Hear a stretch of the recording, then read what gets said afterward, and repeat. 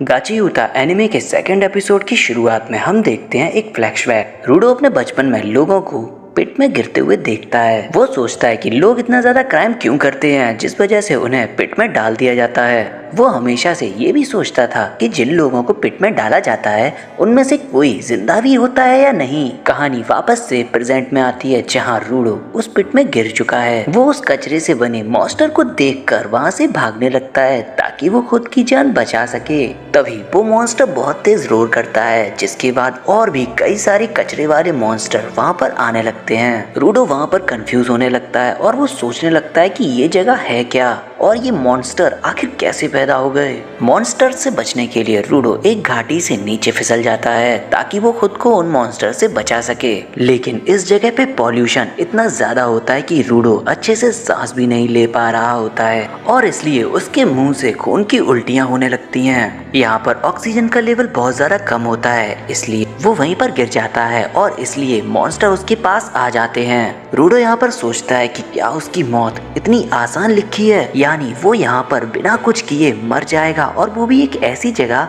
जो गंदगी से भरी है। रूडो ये सब सोच ही रहा होता है तभी उसके दिमाग में रेक्टो के आखिरी शब्द याद आते हैं। रूडो सोचता है कि उसे इतनी आसानी से नहीं मरना क्योंकि रेक्टो ने कहा था उसे इस दुनिया को बदलना है और उसे उस इंसान से बदला लेना है जिसने रेक्टो को मारा है और तब तक उसे जिंदा रहना होगा।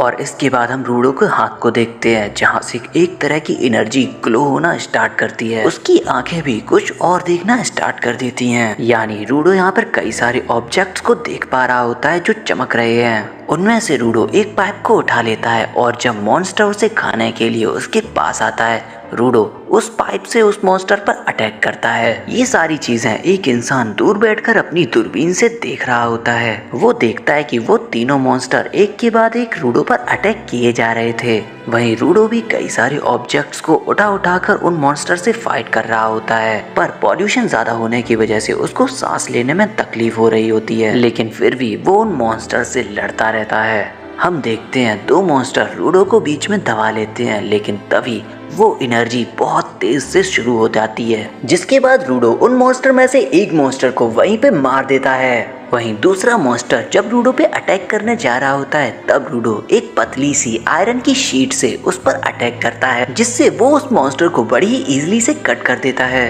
वो आयरन शीट जो रूडो के हाथ में होती है वो इतनी ज्यादा स्ट्रॉन्ग भी नहीं होती, यानी उससे एक पेपर को भी नहीं काटा जा सकता, लेकिन रूडो के हाथ में आने से वो आयरन शीट एक हथियार की तरह काम करती है। लेकिन अब भी उनमें से जो सबसे बड़ा मॉन्स्टर होता है वो बाकी था जो रूडो को दूसरी तरफ उछाल देता है। रूडो एक आदमी के पास जाकर गिरता है जो कि एक मास्क पहने हुए और अपने सिर पर अम्ब्रेला लिए खड़ा था। वो मास्क मैन रूडो को देखता है और उसे भी एक मास्क पहना देता है जिससे होता ये है कि रूडो अब अच्छी तरह से सांस लेना शुरू करता है। रूडो उसको देखकर उससे बहुत सारे सवाल करना शुरू कर देता है। वो उससे पूछता है क्या तुम यही रहते हो, तुम्हारा नाम क्या है और ये जगह क्या है और ये इतने सारे मॉन्स्टर यहाँ पर कैसे आ गए। इसके बाद मास्क मैन काफी ज्यादा गुस्सा होता है और रूडो से कहता है कि ये सारा कचरा तुम्ही लोगों ने किया है और तुम्ही लोगों की वजह से ये मॉन्स्टर आ रहे हैं और अब तुम्हारी वजह से उस मॉन्स्टर ने सुन लिया है। मैं कब से तुम्हें चुप रहने के लिए कह रहा हूँ लेकिन तुम हो कि बोले ही जा रहे हो। ये मॉन्स्टर साउंड पर रिएक्ट करते हैं और तुम्हारी बकबक सुनकर ये मॉन्स्टर तुम्हारे पीछे आने वाला है। जिसके बाद वो इंसान अपने छाते को निकालता है और उसके छाते में अलग तरह की एनर्जी को लोड करता है। इसके बाद उसका छाता एक वेपन की फॉर्म ले लेता है और वो उस छाते से उस मॉन्स्टर पे अटैक करके उसे मार देता है और तभी वहाँ पर बहुत सारे मॉन्स्टर इमर्ज हो जाते हैं। वो उन मॉन्स्टर पर एक बहुत बड़ा एनर्जी ब्लास्ट छोड़ता है जिससे सारे मॉन्स्टर एक बार में खत्म हो जाते हैं।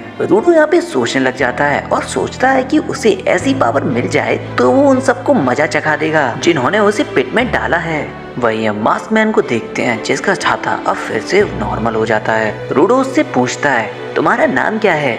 इसकी रिप्लाई में वो मास्क मैन अपना मास्क उतार कर अपना नाम इंजन बताता है, लेकिन जैसे ही वो अपना मास्क उतारता है उसे बदबू आना शुरू होती है। देखो तुम्हारी वजह से मुझे मास्क उतारना पड़ा और ये इतनी गंदी बदबू सूंघनी पड़ी। यहाँ पर रेडो एक फ्लैशबैक देखता है जिसमें वो कुछ बच्चों से लड़ाई करके घर पर वापस आता है। रेक्टो उसकी हालत को देखकर उसका कारण पूछता है तो रूडो यहाँ पे बताता है कि आपने मुझे बताया था अगर हम किसी भी चीज का ख्याल रखते हैं तो उसमें सोल आ जाती है। रेक्टो इस पे कहता है कि ये तो बस एक कहानी है जो लोगों ने अपनी चीजों का ख्याल रखने के लिए बनाई है, और इस बात को कहीं ना कहीं मैं भी मानता हूँ। रेक्टो फिर एक तौलिया निकाल के रूडो के फेस से लगी गंदगी को पोंछता है और कहता है कि इस तौलिए में भी सोल है जो तुम्हारे गंदे चेहरे को साफ कर रही है। रूडो फिर कहता है कि फिर तो तौलिए, कुर्सी, मेज, पंखे में भी सोल होगी। रेक्टो कहता है हाँ, हो सकता है। रूडो कहता है कि आपके दिए हुए ग्लव्स में भी फिर तो सोल होगी। रेक्टो कहता है हाँ, अगर तुम इनका अच्छे से ख्याल रखोगे तो हाँ, इनमें सोल होगी।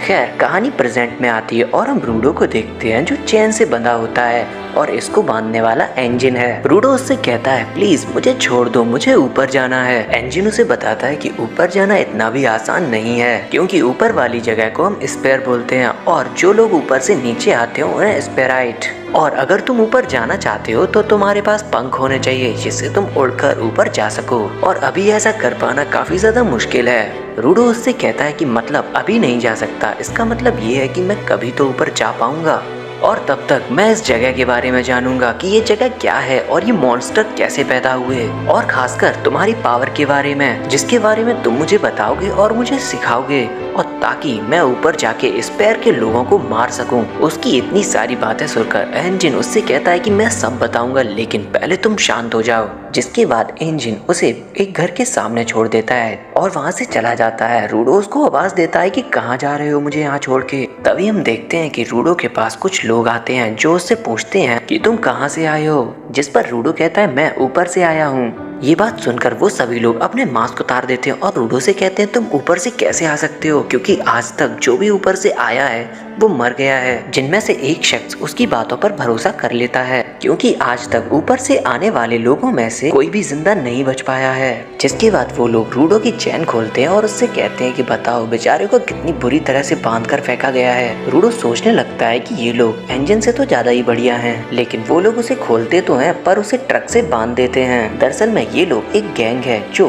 ऊपर से गिरने वाले लोगों की डेड बॉडीज को बेच दिया करते थे और उनके कपड़े निकाल के भी बेचते थे, जिससे उन्हें काफी अच्छा प्रॉफिट हो जाता था। लेकिन आज उन्हें रूडो मिला है जिसलिए उनको बहुत ज्यादा अच्छा प्रॉफिट मिल सकता है, लेकिन कोई भी जिंदा स्पेराइट को खरीदना नहीं चाहेगा, क्योंकि ये लोग ऊपर वाले लोग यानी स्पेराइट से बहुत ज्यादा नफरत करते हैं। वो शख्स जिसने रूडो को ट्रक में बांधा होता है वो रूडो से कहता है कि तुम ऊपर वाले लोग न जाने यहाँ नीचे कितना ज्यादा कचरा फेंकते हो। इस कचरे ने हमारे सोर्सेज को तबाह कर दिया और एयर को तक पॉल्यूट कर दिया है। हमारे यहाँ के कई लोग तुम लोगों के कचरा की वजह से बीमार पड़ गए और कई लोग खत्म हो चुके हैं। लोगों को अपने घर तक छोड़ने पड़ गए, और इसलिए हम सभी यहाँ के लोग तुम जैसे लोगों से नफरत करते हैं और तुमको हम टॉर्चर करेंगे और सारी दुनिया के सामने तुम्हारा तमाशा बनाएंगे। जिसके बाद वो इंसान रूडो के मुंह में खाना डालता है, उससे कहता है कि अब ये खाना तुम खाओगे जो तुम्हारे लिए किसी कचरे से कम नहीं है। रूडो उस इंसान की उंगली को चबा लेता है और उस कचरे वाले को खाने को खुद ही खाने लग जाता है। ये देख के वो लोग हैरान हो जाते हैं। रूडो यहाँ पे कहता है मैं जहाँ भी जाता हूँ लोग अपनी बातें करने लगते हैं और अपने अपने हिसाब से लोगों को बांटते रहते हैं। लोगों को अपने हिसाब से बांटना बंद करो। वो इतना कहता ही है कि उसकी बॉडी से रेड एनर्जी फिर से निकलना शुरू हो जाती है जो उसकी जंजीरों को तोड़ देती है। ये सारी चीजों को एंजिन भी दूर बैठ के देख रहा होता है और उसके चेहरे पे बड़ी सी स्माइल आ रही होती है। एंजिन यहाँ पर कहता है कि जो भी इंसान चीजों में जान डाल सकते हैं यानी उनमें पावर डाल सकते हैं उन्हें गिवर्स कहा जाता है। यानी रूडो अपने ग्लव्स में पावर डाल रहा था जिससे उसके ग्लव्स उसकी मदद कर रहे थे।